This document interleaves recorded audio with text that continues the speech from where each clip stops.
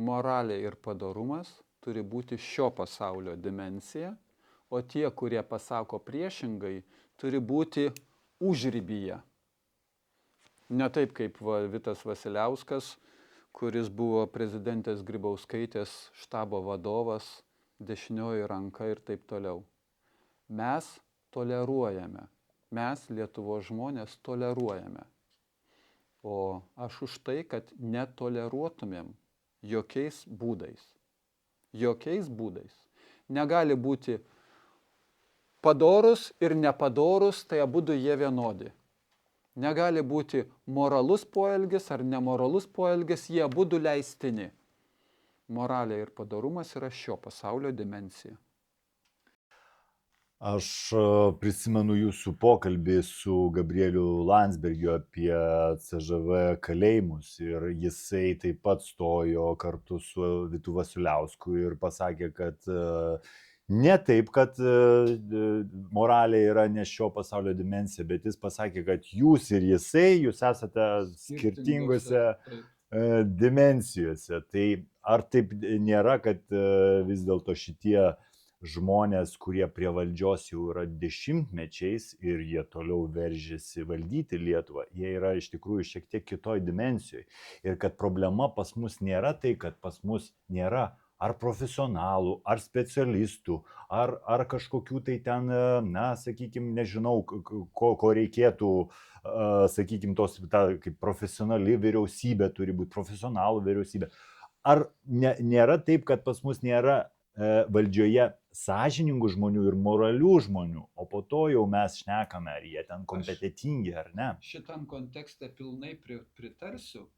Ir kaip pavyzdį pasakysiu, labai seniai prieš 91 metais buvo kanadiečiai atvažiavę gydytojai į Lietuvą, čia padėti su gera širdim, nusiteikę ir taip toliau.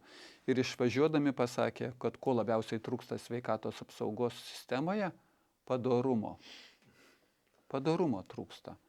Ir užtat profesionalas yra kur 100% profesionalas. Gal taip pat, kaip pasakysiu apie žvalgybininkus. Kodėl jie yra blogi? Todėl, kad juos bet kada galima nupirkti. O tas, kuris yra neprofesionalas, bet šiaip padorus, problema, kad jo negali nupirkti, nes jam neįdomu parsiduoti.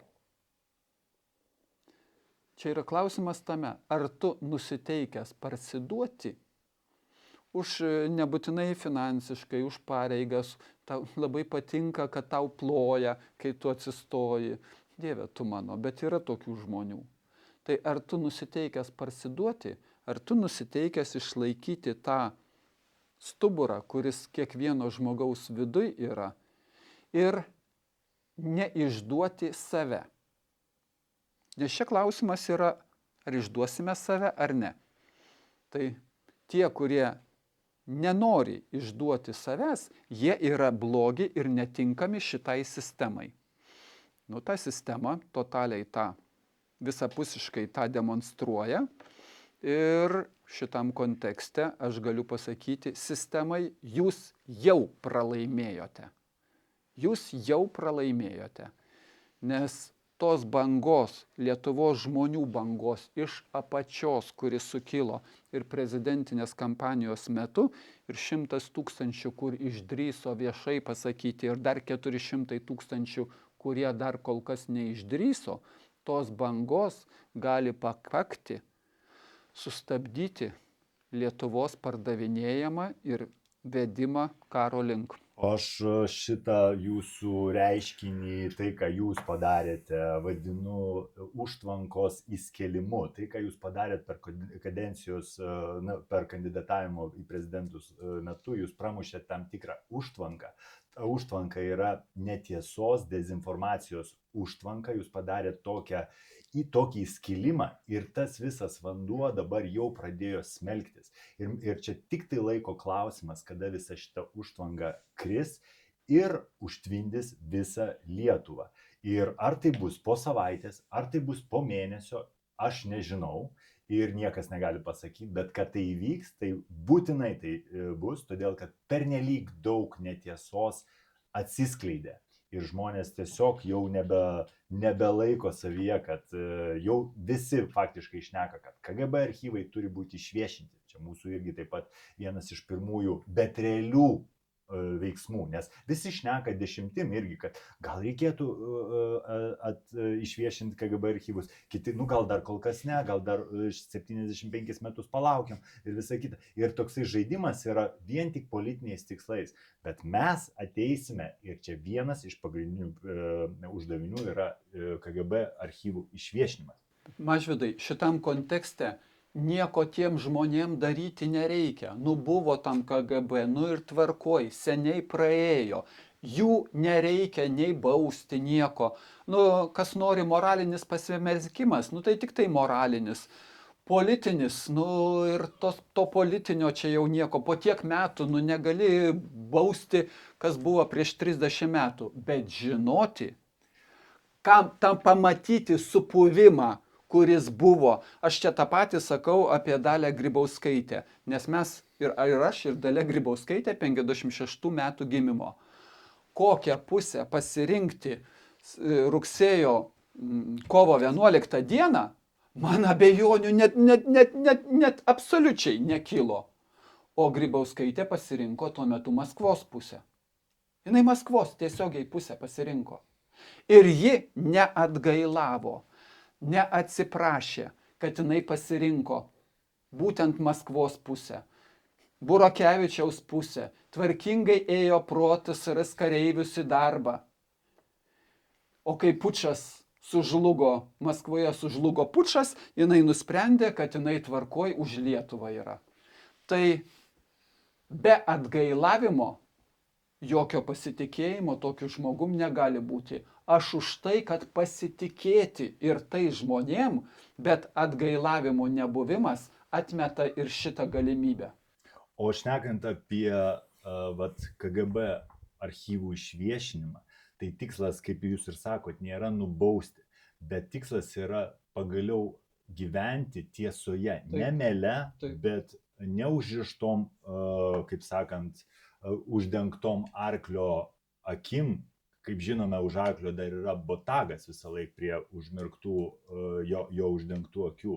Tai kad mes pagaliau pradėtumėm gyventi tiesoje, tai reiškia parodykit mums tuos visus archyvus, kas ten kaip yra, tam, kad mes tiesiog žinotumėm. Tas žinojimas mums lengviau duos kvėpuoti, lengviau tiesoje gyventi yra žymiai lengviau ir paprasčiau ir negu mele. Ir dėl garliavos mergaitės, tai irgi svarbus yra punktas tame, kad šitą votį prapjovus mes galim pamatyti daug baisių ir netikėtų mūsų supuvimo įrodymų. Tai neišsiaiškinus ir nepasakius tiesos mes negalime toliau eiti, tai atspirties taškas mūsų sveikimo, visuomenės sveikimo, mūsų politinės sistemos sveikimo atžvilgiu.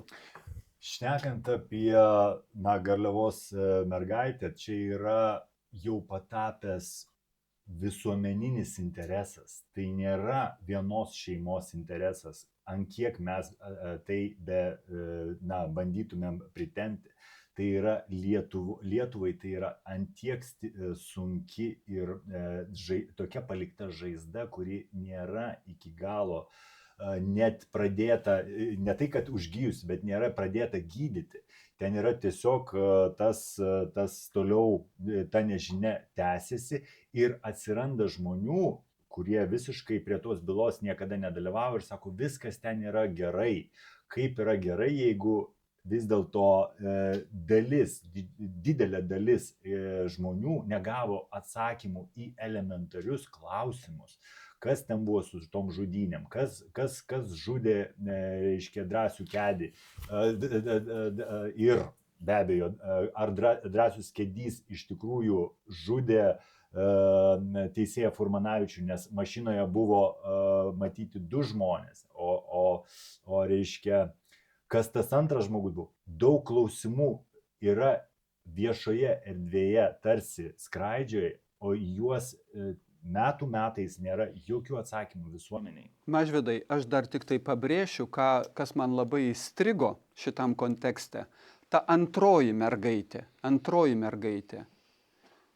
Maža mergaitė vaikšto į darželį ir staiga pradeda nelaikyti išmatų.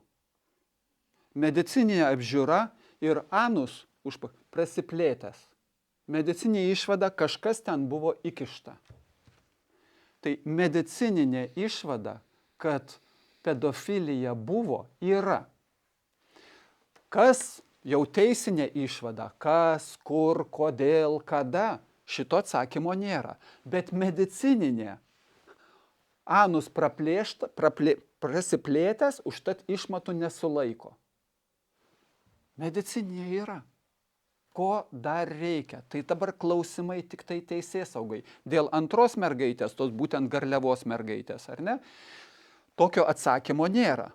Bet tada vaikščiojo jinai su sauskelsnėm, nes kakojo į kelnes. Ir mes apsimetam, kad nieko čia nebuvo, kad čia viskas išmislas. Čia mūsų visuomenės sveikimo rodiklis.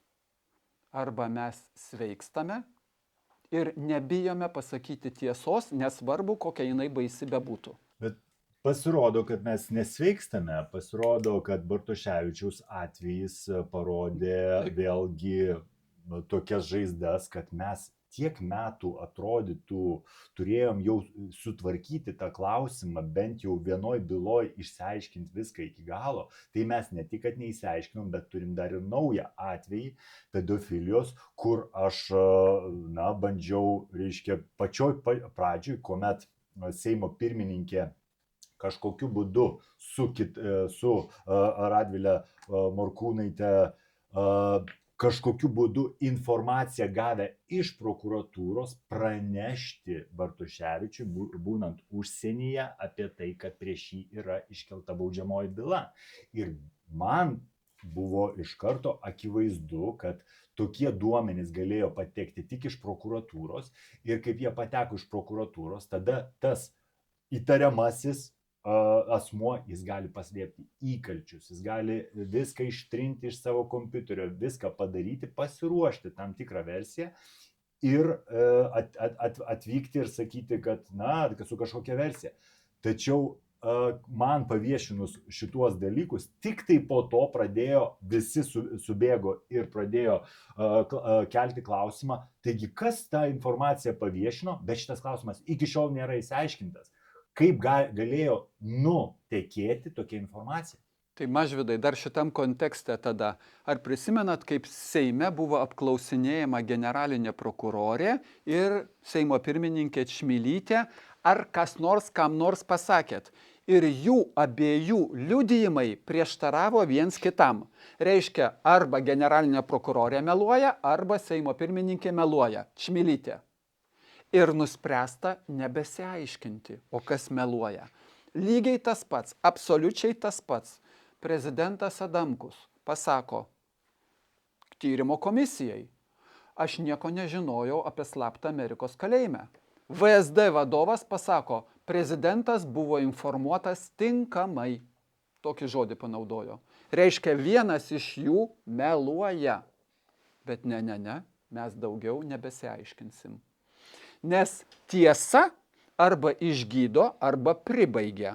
Tai aš už tai, kad tą tiesą, kuri pribaigtų šituos mūsų išdavikus valdžioje, aš už tai, kad tą tiesą paskelbti.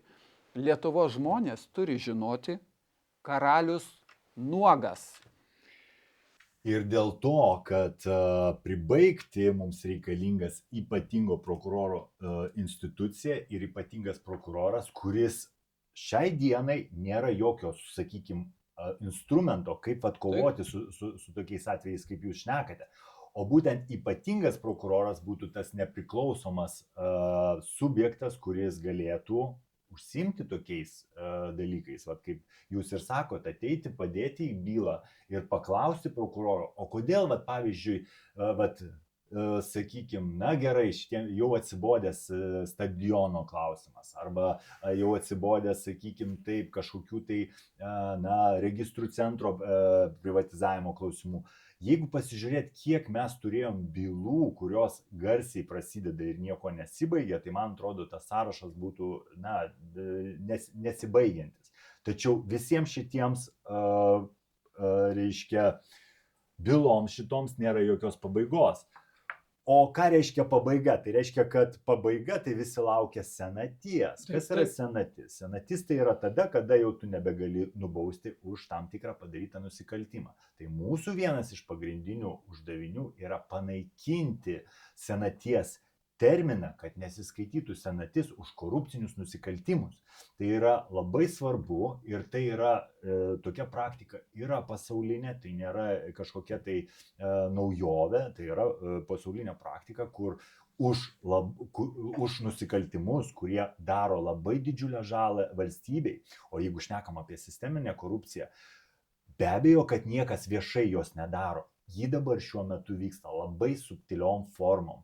Nereikia su vokais lakstyti pas teisėją arba pas prokurorą ar pas kažkokį tai ministrą. Ne, viskas vyksta labai su auditoriais, su auditorių pagalba, su be abejo offshore'inių kompanijų. Su skrydžiu privačiu lėktuvu. Kaip mažiausiai ir ateini į teismą ir tu matai, kad tiesiog teisėjas gali susižvalgyti su kitos šalies advokatu, nusišypsoti, kažką persimesti ir po to tu žinai, kad jie staiga kursiokai buvo, bet apie tai nepranešė prieš nagrinėjant bylą. Tai daug tokių įvairių atvejų ir tokių atvejų nėra kam tirti. Kodėl mes atsidūrėm tokiai situacijai?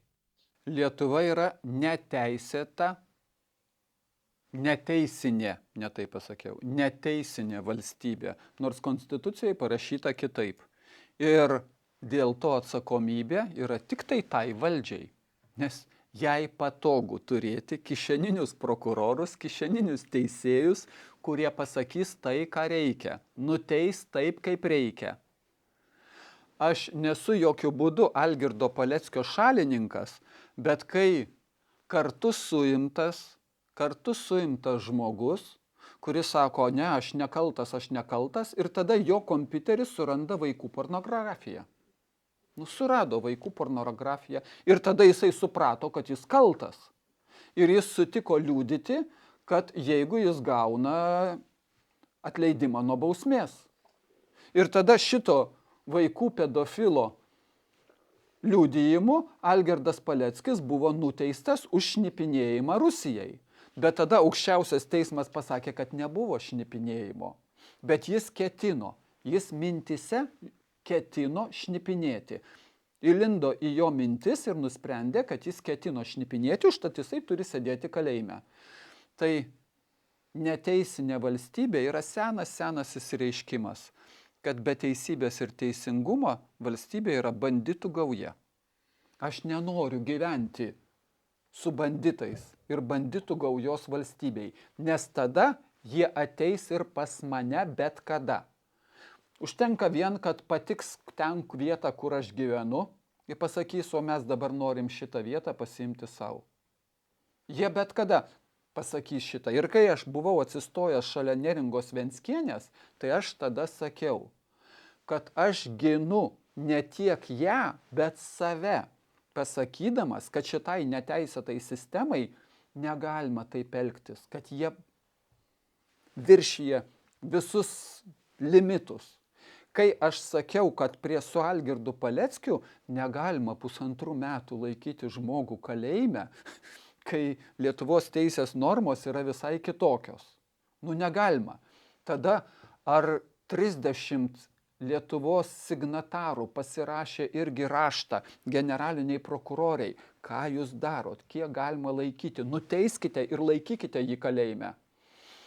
Tai aš už tai, kad gindami tokius atvejus, tos žmonės nekaltus, mes ginam save ir arba visi save apginsim, o po vieną jokių būdų neapginsime.